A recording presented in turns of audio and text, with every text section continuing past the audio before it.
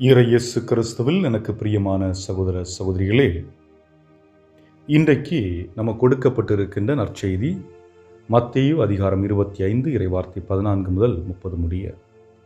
இந்த இறைவார்த்தை பகுதியினுடைய சுருக்கம் என்னவென்று பார்க்கின்ற பொழுது, ஒரு முதலாளி அவர் தன்னுடைய இல்லத்தை விட்டு புறப்பட்டு தூரமாக செல்ல இருக்கின்றார். ஆகவே அவர் என்ன செய்கின்றார், தன்னுடைய சொத்துக்களை பிரித்து 3 வீதமாக கொடுக்கின்றார். ஒருவருக்கு 5 தாலந்தும், ஒருவருக்கு 2 தாலந்தும், இன்னொருவருக்கு 1 தாலந்தும். போய்விட்டு வருகின்றார். வருகின்ற பொழுது இருவர் 5 தாலந்தும் 2 தாலந்தும் பெற்றவர்கள் அதே போன்று இன்னொரு மடங்கு சம்பாதித்து திருப்பி செலுத்துகின்றார்கள். 1 தாலந்து பெற்றவர் அதை அப்படியே வைத்து பெருக்காமல் அதை திருப்பி கொடுக்க முன் வருகின்றார். இதை எப்படி அந்த முதலாளி அல்லது அந்த மாஸ்டர் ஏற்றுக்கொள்ளுகிறார் என்பதுதான். அந்த முதல் 2 நபர்களையும் ஏற்றுக்கொள்ளுகிறார். 3வது நபரிடம் உள்ளவற்றையும் பெற்றுக்கொண்டு முதலில் இருந்தவரிடத்தை கொடுக்கின்றார். இதை நாம் எப்படி புரிந்து கொள்வதென்றால், இது பணத்தை மையப்படுத்திய ஒரு உவமை அல்ல.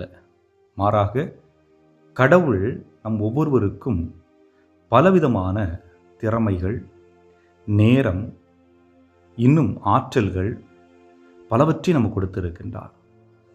அவற்றை நாம் எப்படி பயன்படுத்துகின்றோம் என்பதுதான்.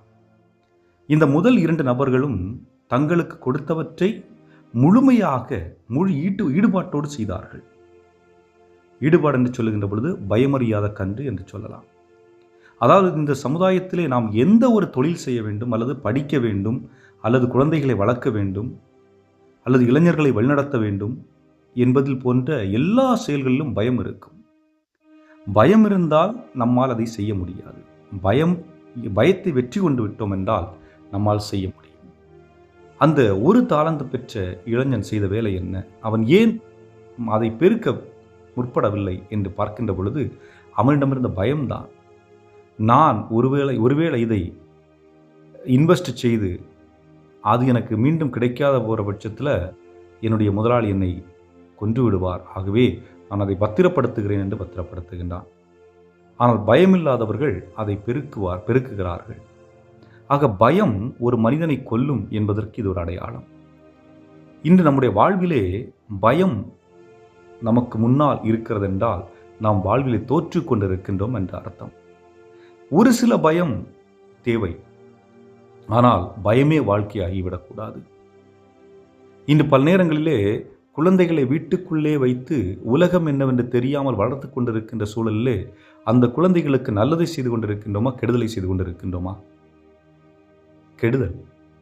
காரணம், உலகத்தை பற்றிய அறிவு அந்த குழந்தைகளுக்கு நாம் கொடுப்பதில்லை. அதேபோன்று இந்த உலகில் இருக்கின்ற துன்பங்களை பற்றி குழந்தைகளுக்கு நாம் காண்பிப்பதில்லை. நான் சிறு வயதில் கஷ்டப்பட்டு வளர்ந்துட்டேன், அதனால் என்னுடைய குழந்தைகள் கஷ்டமறியாமல் வளரட்டும். உங்களுடைய குழந்தைகள் கஷ்டமறியாமல் வளர்ந்தார்கள் என்றால் அவர்கள் எதிர்காலத்தில் உங்களுடைய கஷ்டத்தை புரிந்து கொள்ள மாட்டார்கள். காரணம், அவர்களுக்கு தான் கஷ்டம் என்றால் என்னவென்று தெரியாது. அப்போ பயம் என்பது தேவையற்ற ஒன்று. பயம் ஒவ்வொருவருடைய வாழ்விலும் அது வேதனையையும் பிரச்சனைகளையும் தான் கொண்டு வரும். அன்புக்குரியவர்களே, அந்த பயத்தை தூக்கி எறிவதற்கு தான் ஆண்டவர் இயேசு கிறிஸ்து இந்த நற்செய்தியின் வாயிலாக நமக்கு சொல்லுகின்றார். அதாவது நீங்கள் எவ்வளோ சம்பாதிக்கிறீங்க, உங்களுடைய திறமை எந்த அளவு பயன்படுத்துகிறீங்க அப்படிங்கிறத விட எந்த அளவிற்கு விசுவாசம் உள்ளவர்களாக இருக்கிறீர்கள் என்பதை இயேசு எண்ணி பார்க்கின்றார். அந்த 5 தாலந்து பெற்றவரும் 2 தாலந்து பெற்றவர்களும் விசுவாசம் உள்ளவர்களாக இருக்கின்றார்கள். நாங்கள் பெற்றவற்றை இரட்டிப்பாக்கி மீண்டும் அவரிடம் கொடுக்க வேண்டும். விசுவாசம் உள்ள மனிதர்கள். அதாவது ஒரு குழந்தையை வளர்க்கின்ற ஒரு பெற்றோர் நேர்மையுள்ளவர்களாக இருக்க வேண்டும்.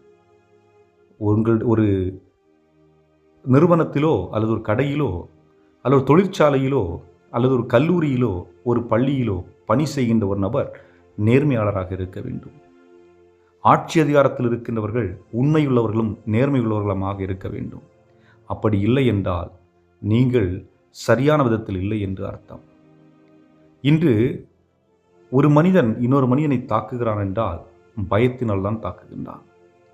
அவன் இருந்தால் எனக்கு இது கிடைக்காது, ஆகவே அவன் இருக்கக்கூடாது என்று எண்ணுகின்ற நிலையை பார்க்கின்றோம். இப்படி பயம் மனிதனை எந்த அளவிற்கு பாதிக்கிறது என்றால், ஏன் பல நேரங்களில் கணவன் மனைவி இடையே பிரச்சனைகளை உருவாக்கி விடுகிறது, பிள்ளைகள் பெற்றோர்களிடையே பிரச்சனையை உருவாக்கி விடுகிறது, நண்பர்கள் மத்தியிலே பிரச்சனையை உருவாக்கி விடுகிறது, ஆசிரியர்கள் மாணவர்கள் மத்தியிலே உறவில் பிரச்சனைகளை உருவாக்கி விடுகிறது. பயம் வேறு, தைரியம் வேறு. தைரியம் உள்ளவர்கள் வெற்றி பெறுவார்கள். காரணம், அவர்கள் கேள்வி கேட்டு சரியான பாதையை நோக்கி பயணிப்பார்கள். பயமுள்ளவர்கள் தன்னை தற்காத்துக் கொள்ள நினைப்பார்கள். தன்னை பற்றி மட்டும் யோசிப்பார்கள். மற்றவர்களை பற்றிய எண்ணம் அவர்களுக்கு இருக்காது. நான் வாழ்ந்தால் போதும், நான் தப்பித்தால் போதும், நான் பிழைத்தால் போதும் என்று இருப்பார்கள். அப்படிப்பட்ட நிலை வேண்டாம் என்பதுதான் ஆண்டவர் இயேசு கிறிஸ்து நமக்கு கொடுக்கின்ற செய்தியாக நான் பார்க்கின்றேன்.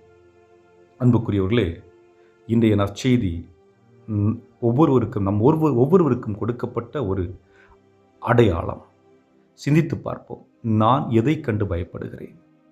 எனக்கு கொடுக்கப்பட்டிருக்கின்ற பணிகளை சரியாக செய்து கொண்டிருக்கின்றேனா? திறமையோடு, நேர்மையோடு, விசுவாசத்தோடு, நம்பிக்கைக்குரியவனாக இருக்கின்றேனா என்று சிந்தித்தவர்களாக இந்த நாளில் தொடர்வோம். இன்றும் வாழும் எல்லாமல்ல இறைவா, உம்முடைய அன்பையும் அரவணைப்பையும் எப்பொழுதும் எங்களுக்கு கொடுத்து கொண்டிருக்கின்றீர். ஆனால் நாங்கள் அவற்றை சரியாக பயன்படுத்தாமல் பயத்தினால் எங்களை அழித்து கொண்டிருக்கின்றோம்.